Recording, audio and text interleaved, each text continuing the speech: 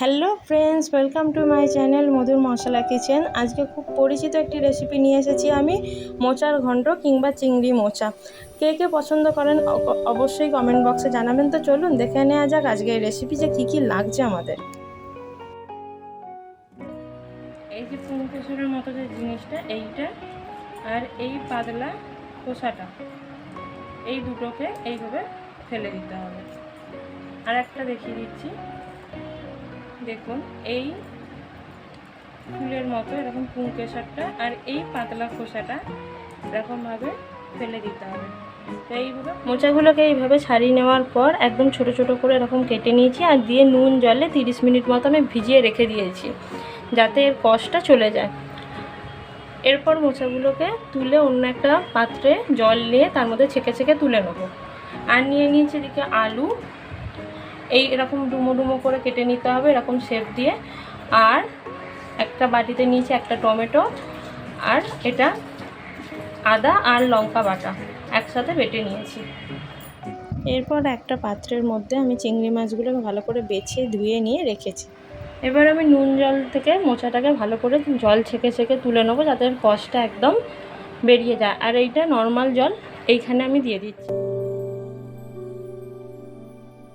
এবার আমি একটা কড়াই বসিয়ে দিয়েছি, ভালো করে মোচাগুলোকে জল থেকে ছেঁকে ছেঁকে তুলে নিয়ে তারপরে আমি দিয়ে দিচ্ছি কড়াইতে জল। এবার মোচাগুলোকে সেদ্ধ করে নেব। কড়াইতে আমি পরিমাণ মতো জল দিয়ে দিলাম, মোচাগুলোকে ভালো করে এখানে সেদ্ধ করে নেব। এবার দিয়ে দিচ্ছি মোচা, সমস্ত মোচাগুলি আমি জলের মধ্যে দিয়ে দিচ্ছি। ভালো করে ফুটে গেলে তারপর নামিয়ে নেব। ঢাকা দিয়ে দিলাম মোচাটা ভালো করে সিদ্ধ হয়ে যাওয়ার জন্য। এবার দেখুন ঢাকাটা তুলে নিলাম, জলটাও কমে গেছে আর সুন্দর করে সব সেদ্ধ হয়ে গেছে।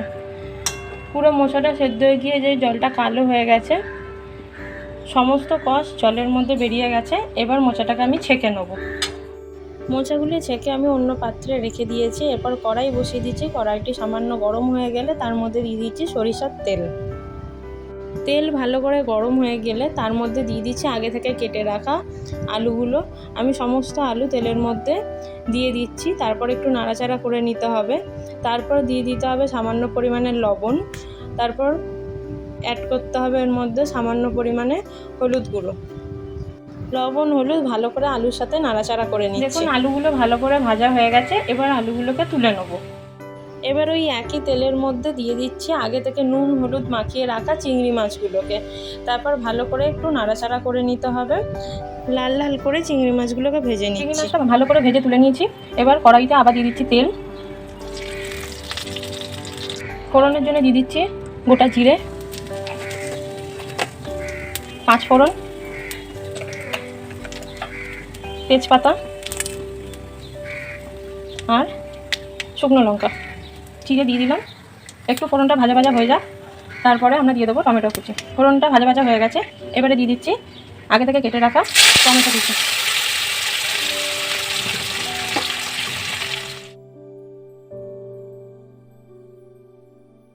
টমেটোগুলো ভালো করে তেলের সাথে মজে গেলে এবার দিয়ে দিতে হবে আদা আর লঙ্কা বাটা। তারপর ভালো করে নাড়াচাড়া করে নিতে হবে আবার। তো দেখুন আমি ভালো করে নাড়াচাড়া করে নিচ্ছি। এবার মশলার মধ্যে অ্যাড করে দেবো আগে থেকে সেদ্ধ করে রাখা মোচা। মশলার সাথে ভালো করে নাড়াচাড়া করে নিচ্ছি। এবার দিয়ে দিচ্ছি হলুদ গুঁড়ো, দিয়ে দিচ্ছি সামান্য পরিমাণে স্বাদ অনুসার লবণ। এরপর আলু আর চিংড়ি মাছগুলো দিয়ে দিচ্ছি। দিয়ে দিচ্ছি হাফ টিস্পুন ধনে গুঁড়ো আর হাফ টিস্পুন জিরে গুঁড়ো। এবার দিয়ে দিচ্ছি সামান্য পরিমাণে জল, খুবই অল্প পরিমাণে জল দিতে হবে। সবশেষে দিয়ে দিচ্ছি হাফ টিস্পুন গরম মশলা গুঁড়ো আর 1 টিস্পুন ঘি, যা স্বাদকে দ্বিগুণ করে দেবে। এরপর ফ্লেমটিকে অফ করে কিছুক্ষণ এইভাবে স্ট্যান্ডিং টাইমে রাখুন। তৈরি হয়ে গেছে মোচার ঘন্ট কিংবা চিংড়ি মোচা। পরিবেশন করুন গরম গরম ভাত কিংবা রুটির সাথে। একবার এইভাবে বাড়িতে বানিয়ে দেখুন, অসাধারণ এই স্বাদ। রেসিপিটি যদি ভালো লেগে থাকে বন্ধুদের সাথে শেয়ার করুন আর কমেন্ট করুন, লাইক করুন। কমেন্ট করে জানান রেসিপিটি কেমন লাগলো, আর চ্যানেলটিকে সাবস্ক্রাইব করুন এরম নিত্য নতুন রেসিপি পেতে। Till then, tata.